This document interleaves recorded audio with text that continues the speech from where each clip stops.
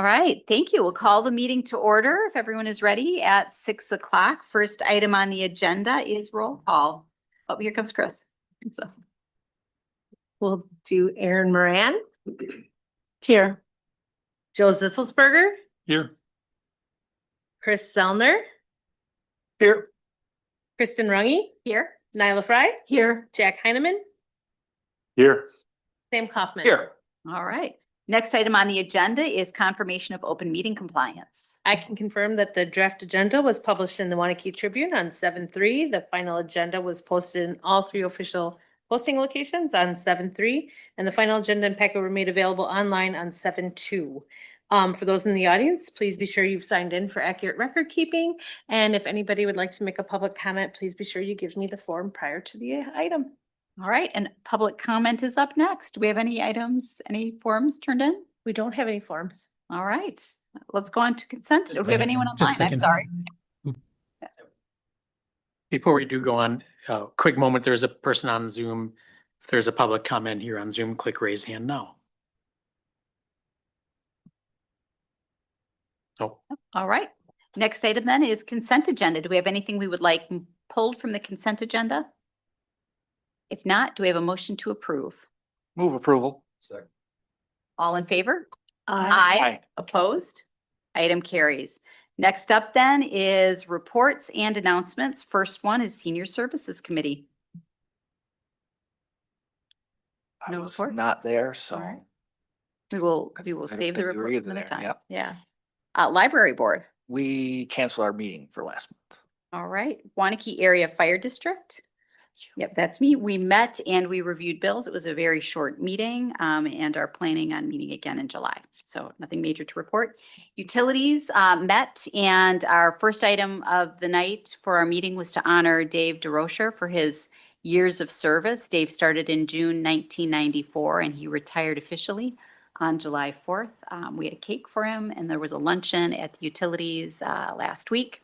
So very thankful to him for his service over the years and his dedication to keeping us in power and working well as a community. Very much appreciated. We also had a presentation from WPPI Energy. We discussed and approved an application to the PSC to adjust water rates. We reviewed the drinking water quality report and discussed a bond sale that we had previously discussed at the village board, had an update on village-wide construction projects, and then probably our largest item was an update on well 6 and the water tower projects. We're expecting those to be done by fall 2026. So good meeting all around. Waunakee Committee, Chris. I just woke up. No, our committee meeting was actually pretty brief. It was more just wrap up final last minute things when we had our meeting. The 4th was very awesome for the community. People seemed to really enjoy themselves. We had very few issues as we went through the day. Added a lot of things, as you may or may not know.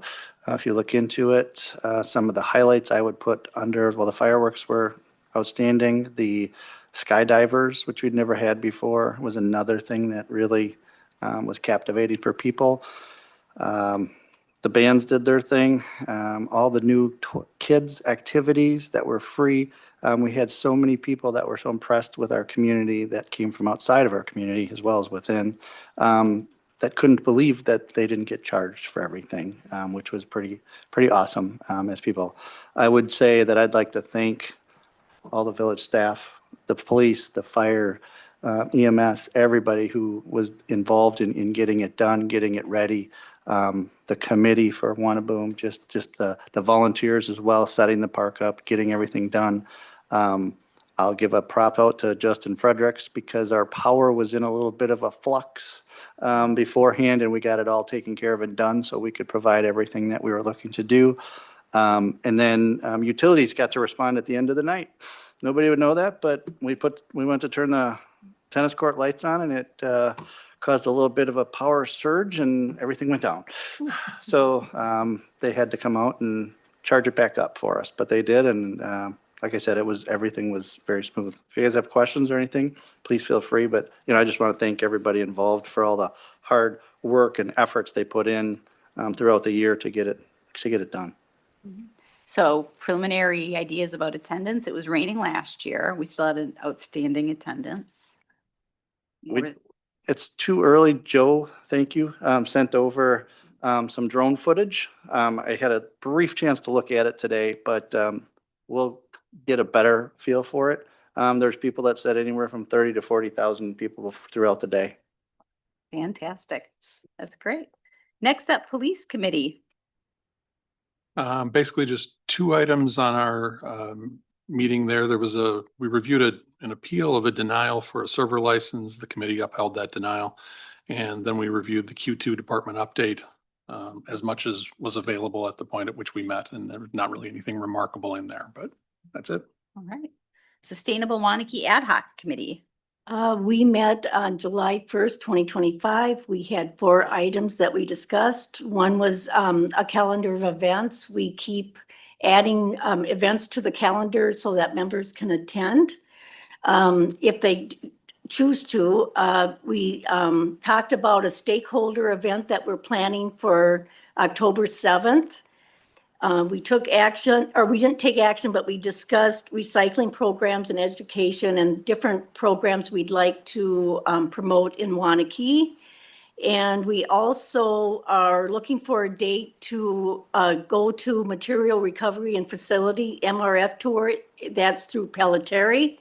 And we want to go through that site. And also, hopefully this Wednesday, some of us will be attending the Farmers and Makers Market and starting to hand out brochures to educate the public and look for support with this committee. Thank you. All right, thanks. Parks and Rec. Good, no meeting this month. All right. Any other committees, boards, or commissions? Any other announcements or anything anyone would like to share? I missed one group I want to say thank you to, and that would be our business community who very heavily supported our festival. They're outstanding with their donations. It's fantastic. All right, thank you all, both for the announcements and for the work that goes into staffing and serving on the committees. Next item then is business item number 1, discuss and take action on proposal to move certain benefit-related services to Associated Bank. Is that Renee? Jared, excellent. All right. Good evening. Keep this one nice and simple for you here tonight. Basically, we have several administrative services that we use for certain benefits that we offer our employees. The ones in question here tonight are our HSA, FSA, HRA. Stop me if at any point you want me to expand upon these acronyms. I will be more than happy to spell them out and explain what they are. FMLA administration, COBRA, and our 457 deferred comp plans. Basically, right now, we primarily use 2 different entities for that, North Shore Bank and Task. So Task handles our FMLA, our flex spending, and our COBRA administration, whereas North Shore Bank handles our HSA, our HRA, as well as one of our 457 plans. We asked our broker, our benefits broker, USI, to look into exploring some alternatives for a more robust services. And in doing so, Associated Bank came back with a very strong proposal for us. And so what we're looking to do is move a number of our services over to Associated Bank. So what we are recommending is that we move our health savings account, our flex spending account, and our COBRA administration, all from either Task or North Shore Bank over to Associated Bank. One, Associated Bank's system offered a lot more, I think, user-friendly and employee-friendly control over their health savings account. They also, frankly, at least for the time being, we're offering pretty strong interest rates for employees who carry balances in their HSAs. And one thing that was pointed out to me by an employee that I hadn't even thought of as a benefit to it is we literally have a branch across the parking lot here. So just for means of convenience. North Shore Bank would continue to manage our HRA that we offer for certain retired employees who are grandfathered into that program. as well as continue to offer our optional 457 plan through them. And then Task would no longer be administering our FSA and our COBRA. That would be with Associated. They would continue to monitor or administer our FMLA. So with that, I'm happy to answer any questions you might have. All right, thank you very much, Jared. And what questions do we have? Erin, could we start with you? No questions. Chris? No questions. Joe? Just to confirm, this would be effective with the next, whatever, next year. Yes, so this would all take effect for the 2026 benefit year. We'd have to get going on this sooner than later because there'd be a lot of information to migrate over. And that actually reminds me, one thing it's in the memo, but just to reiterate for the benefit of the crowd here tonight, is that all the money that's currently in those like HSA accounts with North Shore Bank will stay there, and those accounts won't close automatically. The employees will have the option to move that money over to their new account if they so choose, but ultimately it'll be up to them. Excellent. That was going to be my next question. So thank you. Nyla? You answered all the questions. Thank you, Jared, for doing that. You just seemed to know what questions were going to be asked, and I appreciate that. All right, Jack? No questions. Sam? No questions. All right, no questions from me either. Do we have a motion? Second. All right, any discussion on the motion? Seeing none, all in favor? Aye. Opposed? Item carries. Thanks for the work on that, Jared. Next up is 2 items in sequence for potential closed discussion. I'll announce the first and then the second, and 2 separate motions, but I do believe we'll want to go into closed session on both of these. First one is discuss and take action on negotiating a cooperative plan between the town of Westport, cities of Madison and Middleton, and the villages of DeForest and Waunakee. And do we have anything to update the public prior to going into closed session or contemplating closed session? So we provided an update in the public session at our last meeting. I don't think that there's anything new that changes any of the statements that we made there. So no, I don't think there's anything for a public update. Okay. Let us read the statement and vote on that. And then before we actually go into closed session, we'll go to item number 3 and contemplate closed session for that. So the village board may convene in closed session as authorized by Wisconsin statute 19.851E for the purpose of deliberating or negotiating the purchasing of public properties, the investing of public funds, or conducting other specified public business whenever competitive or bargaining reasons require a closed session. The village board may reconvene in open session and discuss and take action on the subject matter discussed in closed session. Do we have a motion to go into closed session? So moved. Second. Right, and then a roll call vote. Jack Heidemann, Yes. Chris Zellner, Yes. Joe Zisselsberger, Yes. Nyla Fry, Yes. Erin Moran, Yes. Sam Kaufman. Yes. Kristen Runge. Yes. All right. Now, before we move to closed session, item number 2, we'll contemplate closed session for item number 3. And this is discuss and take action regarding the employment and potential resignation of a village employee. And no public update on that. It's a Correct. confidential employee matter.